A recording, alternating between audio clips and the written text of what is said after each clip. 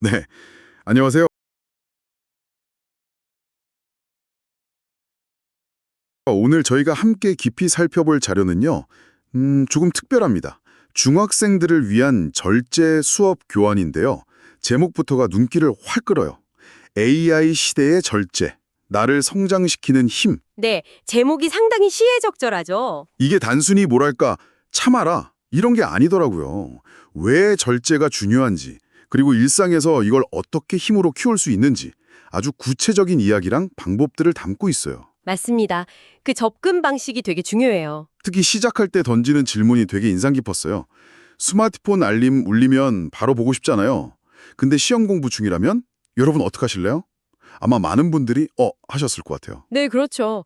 바로 거기서부터 절제의 필요성을 딱 짚어주는 거죠. 맞아요.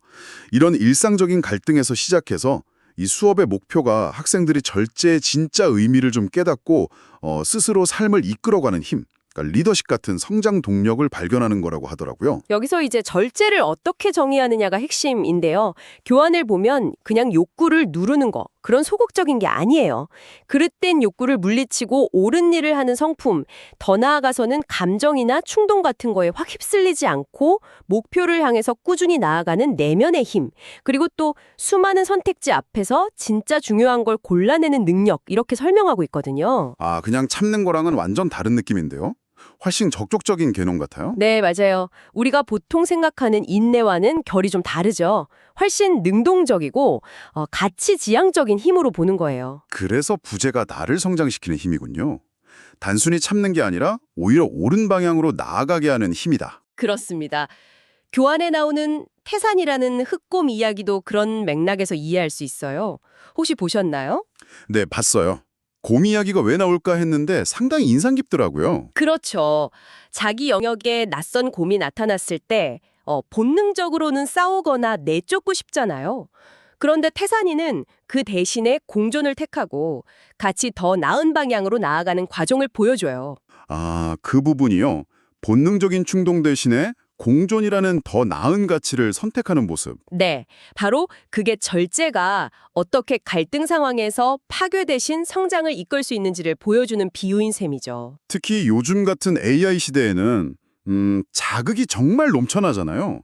이런 내면의 힘이 더 중요해질 것 같다는 생각도 들고요. 정확합니다. 교환 제목의 AI 시대가 괜히 들어간 게 아니겠죠. 끊임없는 알림, 정보, 유혹 속에서 자기 중심을 딱 잡고 중요한 것에 집중하는 능력. 이게 바로 절제력인데 그 어느 때보다 중요해진 시대니까요. 네. 태산이 곰 이야기가 바로 그런 능력을 왜 키워야 하는지를 상징적으로 보여주는 장치 같네요. 맞습니다. 근데 이게 이론 설명만 하는 게 아니라 굉장히 실용적인 부분도 있더라고요. 아이들이 진짜 매일 겪는 문제들 있잖아요. 예를 들면 뭐 게임 시간 조절하는 거, 친구랑 다퉜을 때 확 감정적으로 나가지 않는 법, 아니면 용돈 관리, SNS 사용 시간 줄이기 같은 거요. 네, 아주 구체적인 상황들이죠. 이런 걸 가져와서 나라면 어떻게 할까? 서로 토론도 하고 직접 나만의 절제 실천 계획 이걸 세우게 하더라고요. 네. 그 실천 계획 부분이 아주 핵심적이에요. 그 계획이 딱 3단계로 명확하게 나눠져 있어요. 1단계는 내가 언제 어떤 상황에서 절제가 필요한지 인식하기. 인식하기. 네. 2단계는 그 순간의 충동 대신 어떤 행동을 할 건지 선택하기. 선택하기 중요하죠. 그리고 3단계는 오늘 당장 시작할 수 있는 구체적인 방법을 정해서 실행하기. 아까 스마트폰 예시 들었던 것처럼요. 알림이 울리는 순간 인식. 아니야, 지금은 공부 먼저. 선택. 구체적으로 알림 꺼야지 또는 폰 저기 둬야지. 실행. 이런 식으로요. 네, 그 3단계 접근법이 단순하면서도 굉장히 강력해요.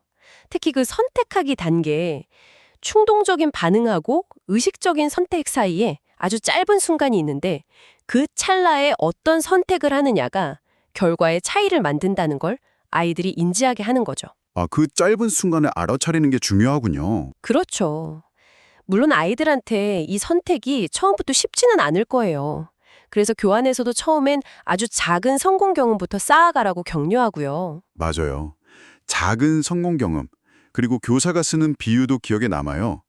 절제는 감정의 급류에 휩쓸리지 않고 강 건너편 목표까지 안전하게 건너도록 돕는 튼튼한 다리 같다는 표현이요. 네, 그 비유 참 좋죠. 어려움을 극복하고 목표에 도달하게 하는 힘이라는 의미가 잘 전달되잖아요. 네, 와닿더라고요. 근데 제가 보기에 이 교환에서 가장 흥미로운 지점은요, 절제를 바라보는 관점 자체를 바꾸게 한다는 거예요.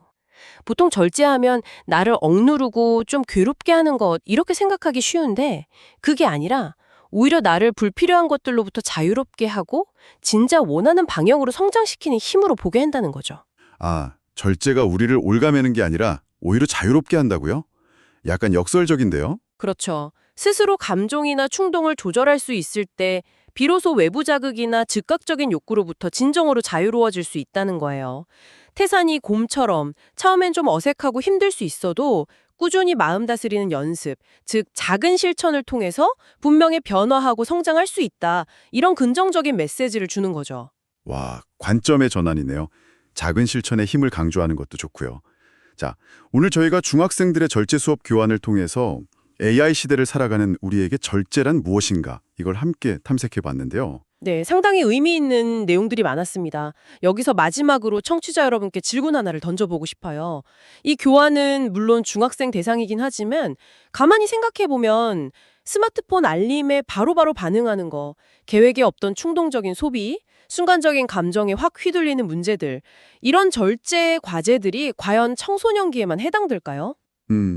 생각해 보니 꼭 그런 것만은 아닌 것 같네요. 그렇죠.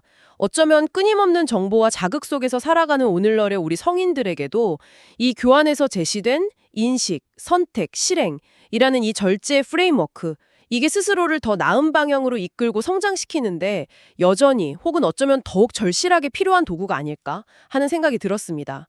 이 질문에 대한 여러분 각자의 답을 한번 찾아보시는 것도 의미 있는 시간이 될 것 같습니다.